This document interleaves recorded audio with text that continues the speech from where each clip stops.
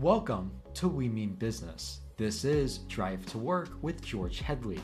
In this series, I talk to people about what drives them to work on highlighting the issues they believe are important. ProPublica recently published a story on the Federal Drug Administration titled, "We Spent a Year Investigating How the FDA Let Risky Drugs into the US Market," where they found that the agency has allowed more than 150 drugs in the US through banned factories, mainly in countries such as India. These are primarily generic drugs, a pharmaceutical drug that is cheaper than its brand counterparts.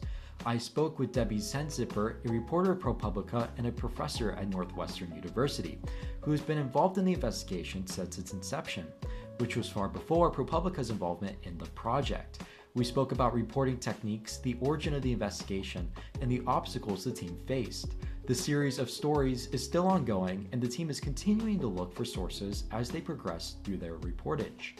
Welcome to We Mean Business, Drive to Work with George Headley.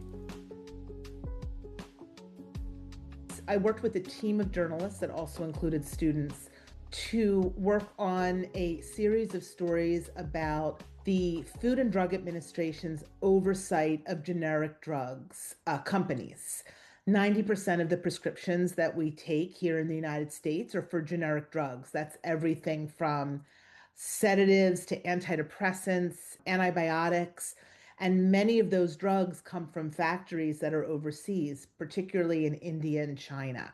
And so, what we set out to do at ProPublica was understand how the Food and Drug Administration regulates safety practices at factories that are thousands of miles away, what the challenges are, what are the consequences for American consumers when the FDA doesn't do its job.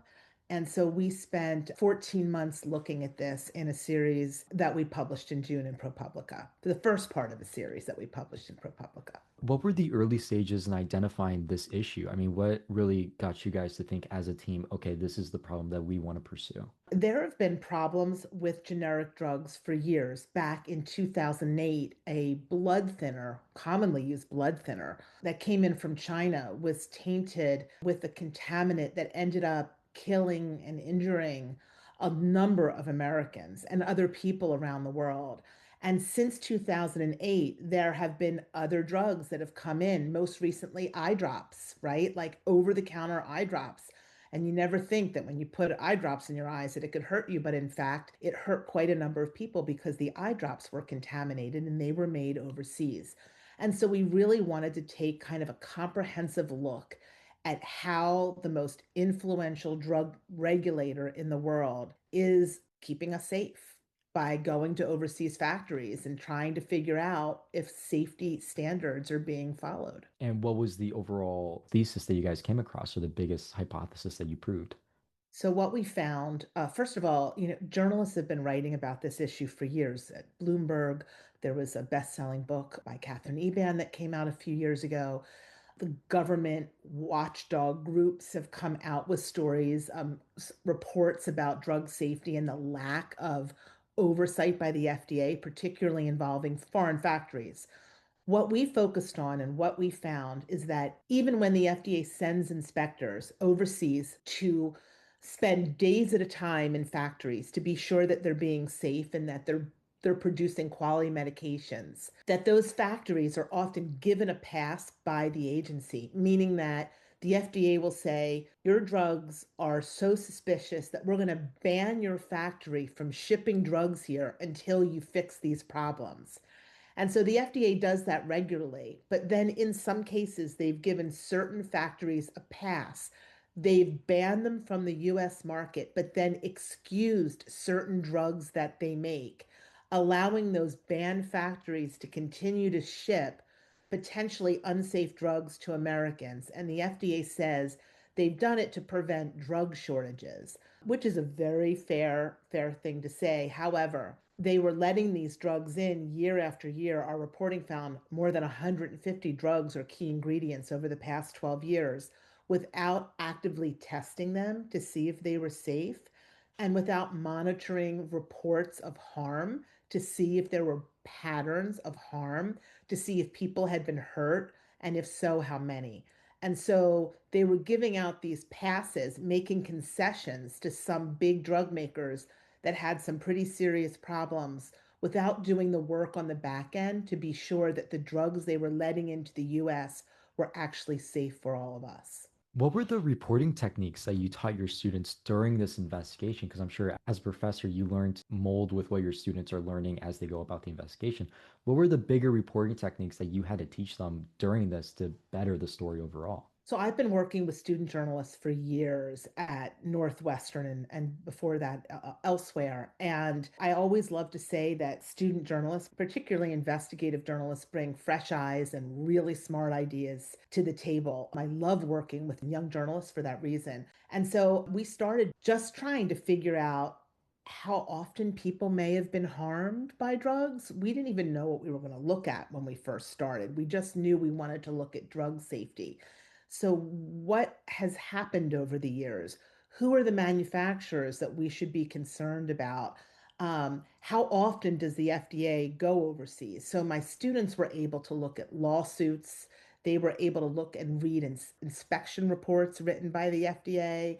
They did a lot of the groundwork. And then over 14 months, we started building a team at ProPublica, and so we all started collaborating to try to figure out what works and what doesn't, and why things are the way they are. What was, in your opinion, most interesting or creative tool that you and your team used at ProPublica for this investigation? Well, one of the things we learned early on is that the FDA was giving out these passes that I just described to some of the more troubled drug makers, mostly in India, one in China, one in Hungary. And they were giving out these passes, letting them send potentially dangerous drugs into the United States. And they weren't testing, they weren't looking for harm. But the FDA really never told the public that this was happening. In fact, they didn't even really tell Congress that this was happening. There was this very secretive group inside the FDA that made these decisions. And in fact, even their colleagues inside the agency didn't know about this practice. So the first hurdle we had was just figuring out how often this happened. We had no idea. We asked the FDA for a list. They said they didn't keep a list, which I was just floored by because I thought, how do you not know how often you're giving out these passes? And so what we did is we worked with some very smart data people at ProPublica and my students, and we were able to use something as simple as the Wayback Machine on the internet, right? To find archived reports that the FDA had put out. And then we just started counting them up by hand. And then one of our brilliant data team members at ProPublica was able to leverage AI to see could we have missed anything and what did we miss. And so between hand counting, right, good old fashioned old school journalism, and AI, the new frontier in investigative reporting, we were able to pull together potentially the first ever list of these exemptions. What was the biggest challenge that your team faced during this investigation for its first year? Well, we faced a number of challenges, and any journalist will know and will commiserate with this. We filed probably 2 dozen plus Freedom of Information Act requests trying to get information from the FDA. The typical turnaround time is 24 months, that's 2 years. And so ProPublica filed a FOIA lawsuit against the FDA to try to get them to release records in a reasonable time frame. After all, we're writing about the safety of the American public. So we felt a compelling need to release records quickly. So we filed a lawsuit. It's in fact the second lawsuit that ProPublica's filed in the last few years for projects that I've worked on involving the FDA. So we were able to really shake the trees there and get some records, and we're still getting those records early on. But one of our greatest challenges is that the FDA keeps secret the names of the drugs that are made at troubled factories. So even when the FDA releases an inspection report and makes an inspection report public, they'll redact the names of the drugs that are made in those factories. So even if you are a consumer and you run to your medicine cabinet and you think, I want to know if I've got a problem here, and you by chance find this inspection report, you won't know because they redact the names of drugs. So we had to develop all kinds of workarounds to kind of get behind that secrecy issue. When you look at certain investigations, at least for investigative journalists, you always wait till, at least in my opinion, you wait till there's a complete finished project and you publish it all because you could be afraid that some other news outlets will potentially poach your work, right? And what I find interesting here is that you guys are still reporting on this topic and you're asking for certain experts or people within the field to reach out. What are the benefits or consequences of letting it go public that you guys are really investigating into this?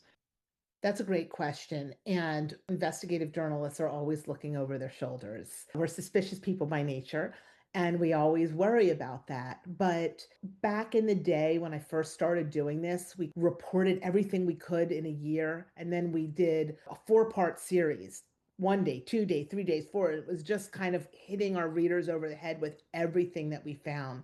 I had a very smart editor at the Washington Post talk about the benefits of a rolling investigation, right? I mean, we don't want to hold back. We want people to know what we find. And in publishing, yes, we risk a competitor trying to get in this space, but it's a pretty significant space and there's plenty to write about. And by telling readers what we have now, it also shakes the trees. We can develop sources. People write to us, people write in.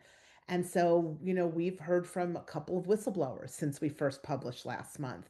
And we're running on news stories now based on what they told us. So there are benefits to a rolling investigation. It allows journalists to put out our findings faster. And in this case, we saw that as a public service. What advice would you give to either student journalists or journalists starting out that would want to enter the field of investigating the FDA? I know you've had extensive experience working, reporting on this agency. What advice would you give to journalists who are just starting out that are thinking, okay, I want to tackle, the healthcare industry, for example? There are too many stories to name in this space. Think about what the FDA regulates. They regulate products, the agency regulates products that affect every single person in this country, from baby food to tobacco products to drugs to food to medical devices to cosmetics. They are a significant force. And there have been problems there for years. There's also a ton of good people that go into government and that go into government for the right reasons and that try to do the right thing. But too often, unfortunately, things don't work right or they make promises and they fail to deliver. And so there is plenty of stories to be done. And what I would advise young journalists or anybody new on this topic or new on this beat is to spend some time just getting to understand it. One thing we do as investigative reporters so often is we jump from topic to topic. So 3 years ago, I was writing about one thing, and now I'm writing about something entirely different. And we basically have to become an expert as quickly as we can on a new topic. It's like climbing a mountain, right? And in the beginning, what I always say is my sources know so much more than I do. Obviously, they're the experts. And I'm like sucking wind, am I ever going to get there? Am I ever going to understand the data, the terminology, the nuances? Am I ever going to get there? And by the time I'm ready to publish, I know that I'm ready to publish because I feel like I know a little bit more than even some of my sources based on the work that I've done. But you've got to give yourself the time to climb that mountain and to really understand it. And that's a hard thing to do in today's newsrooms, right? Because we're always trying to feed the beast and write quickly and get clicks and all of the stuff that we face. But as investigative reporters, we've got to find the time to understand what it is that we're writing about. And this is one big agency, so it takes a little bit of time. When you approach this investigation, did you look at it from the lens of health journalism or from the lens of business journalism in regard to how the market functions regarding risky drugs? I would say a little bit of both. I've been an investigative journalist for a very long time, 30 plus years. And I can tell you that what I've learned over time is that we expect for profit companies to want to make money, to cut corners sometimes, to not necessarily think about who's affected by what they're doing. You expect companies that are global, that bring in billions of dollars in revenue, to sometimes not do the right thing. But we expect our regulators to be there as a safety net. We expect that. And so to me, the angle, it's not enough to say this is a bad company doing bad things. To me, the higher bar as an investigative reporter is to say, and the government wasn't there to stop it. And so I really looked at this in some ways a government story more than a business story. Now, other incredible reporters have written similar things from a business perspective, right? Supply, demand, the way insurance companies work, all of the nuances that contribute to what we deal with today in terms of getting drugs. I really wanted to look at it from the perspective of what is the government doing or not doing to prevent the problems that we see. That was Debbie Cenziper, a reporter at ProPublica and a professor at Northwestern University. And this is We Mean Business, Drive to Work with George Headley.